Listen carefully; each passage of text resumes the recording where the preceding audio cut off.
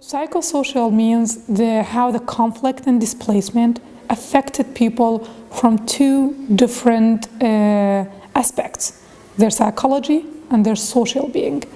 So their psychology means their cognition, their emotions, and their behavior, how it has been affected by the whole displacement, and the social part of the human being also, like their relationship, how it alters their relationship in their families and in the community.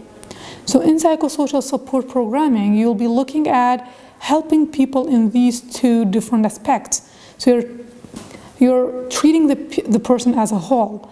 So we're focusing on how to help them heal from their psychological suffering, help them understand and process what happened to them, and also help them to build social networks inside their community, build understanding, and also sometimes the family relationships are somehow challenged and destroyed by what they have been through.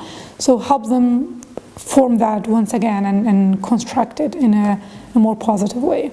How would you help a family that has suffered from this violence as a family unit start to recover? Do you engage with other members of the family? Well, yes. So it is, of course, we have to have the person's permission to do anything. So because this context is very different, I'm sorry, I'm going to take you a little bit further because I need to explain this to be able to answer your question.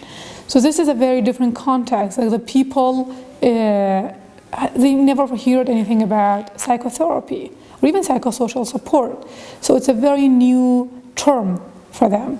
So we have to work with them intensively to kind of introduce the whole concept to them and get their approval. It needs much more time. I oftentimes say, usually in any context, you will just sit and the clients will come to you. But in this context, we're taking our service to the clients. So it's very different. We have to socialize with them. We have to form sort of like a different kind of relationship with them. So they will trust us and take us as, like not friends, but friendly people. So they can talk to you. So once you have formed that, then you can move past that to the actual therapeutic relationship and the therapy process.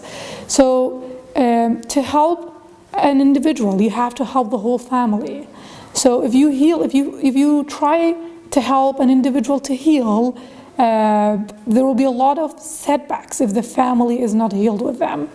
So you have to of course, treating the individual as an individual, but also trying to reach out to the family if the individual sees that's the most critical thing in their life.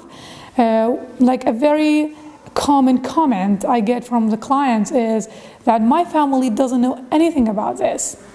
I never talk to them. They don't understand. They just tell me, suck it up.